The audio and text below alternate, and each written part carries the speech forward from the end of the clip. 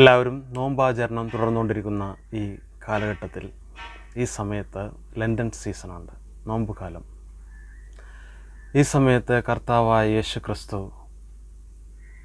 വളരെ തീവ്രതയോടെ മരുഭൂമിയിൽ അനുഭവിച്ച ആ ഒരു നിമിഷങ്ങളാണ് നമ്മൾ ഓർക്കുന്നത്. 40 ദിനരാത്രങ്ങൾ മരുഭൂമിയിൽ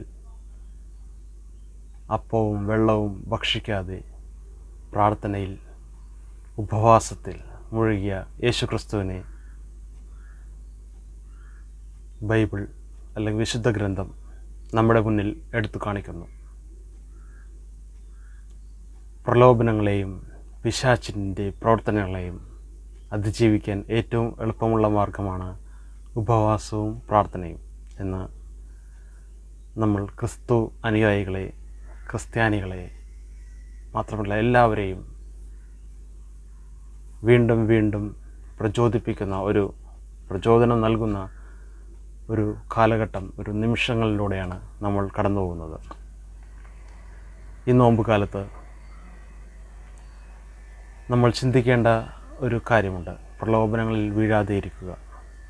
നമുക്കറിയാം, നമ്മുടെ ആദ്യ മാതാപിതാക്കൾ ആദവും ഹവ്വയും, ആദ്യ മാതാവായ ഹവ്വയെ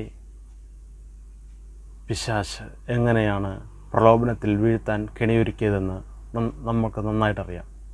ഓരോ കാര്യങ്ങൾ പറഞ്ഞ് പ്രലോഭിപ്പിച്ച് പഴം ഭക്ഷിപ്പിക്കുകയും അത് അവളുടെ ഭർത്താവിനെ കൊണ്ട് ഭക്ഷിപ്പിക്കുകയും ചെയ്യുന്നു. അങ്ങനെ ആദ്യ മാതാവായ ഹവ്വ വീണുപോകുന്നു പ്രലോഭനങ്ങളിൽ. പുരുഷനും വീണുപോകുന്നു, ആദവും വീണുപോകുന്നു.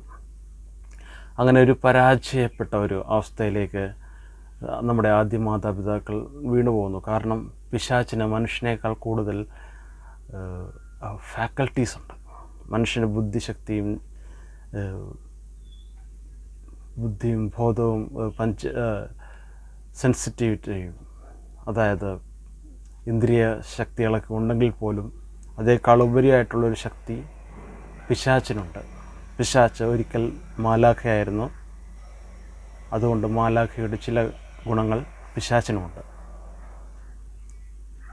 അതുകൊണ്ട് മനുഷ്യന് എപ്പോഴും പിശാചിനെ ജയിക്കുവാൻ അത്ര എളുപ്പമല്ല.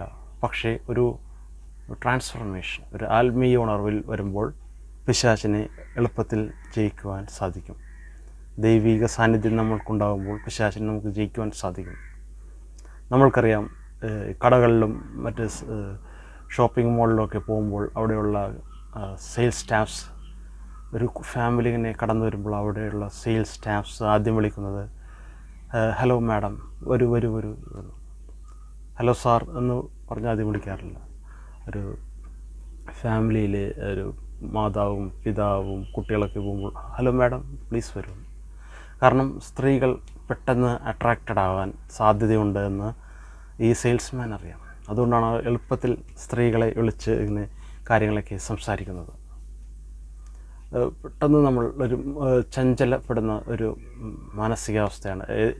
നമ്മളെപ്പോഴും എവിടെയാണോ ഒരു പച്ചപ്പ് പോലെ കാണുന്നത് അവിടേക്ക് പെട്ടെന്ന് പോകുന്നൊരു മാനസികാവസ്ഥയുണ്ട്. പുരുഷന്മാർ കുറച്ചും കൂടി ബലം പിടിച്ച് നിൽക്കുമെങ്കിലും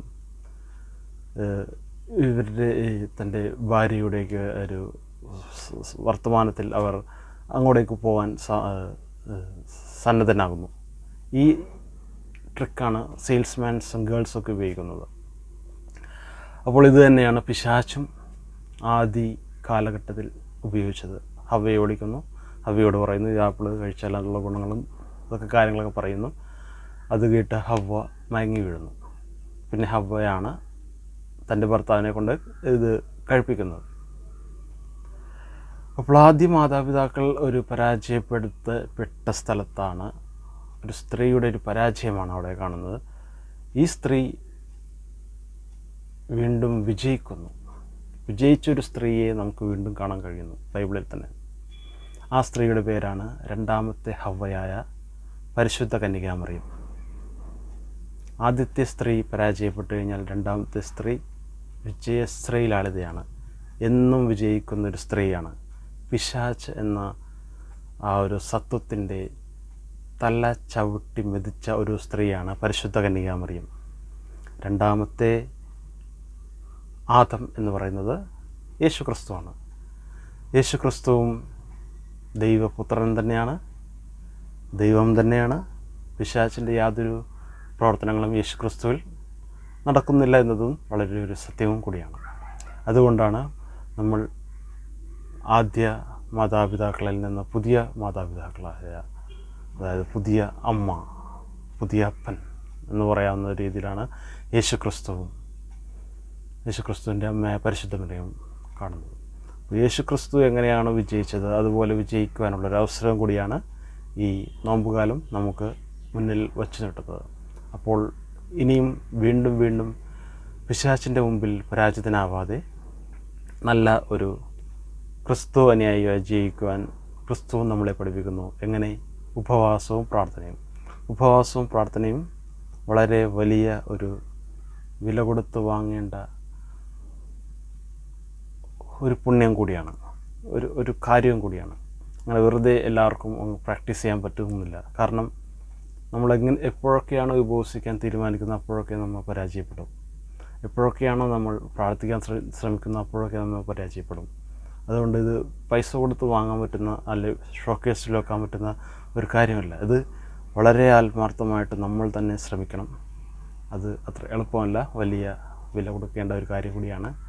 അതിനാൽ തന്നെ ആത്മാർത്ഥമായി നമ്മൾ ശ്രമിച്ചാൽ നമുക്ക് ഇപ്പോൾ ആയിരിക്കുന്ന അവസ്ഥയിൽ നിന്ന് ഒരുപാട് ഉയർന്ന ഒരു ദൈവികത്വത്തിലേക്ക് വളരുവാനും അതുമൂലം ഒരുപാട് അനുഗ്രഹങ്ങൾ നമ്മളിലേക്ക് വന്നു ചേരുവാനും ഇടയാകും എന്ന് ഈ സമയത്ത് എല്ലാവരും ഓർമ്മിപ്പിച്ചുകൊണ്ട് നന്ദി, നമസ്കാരം. Thank you.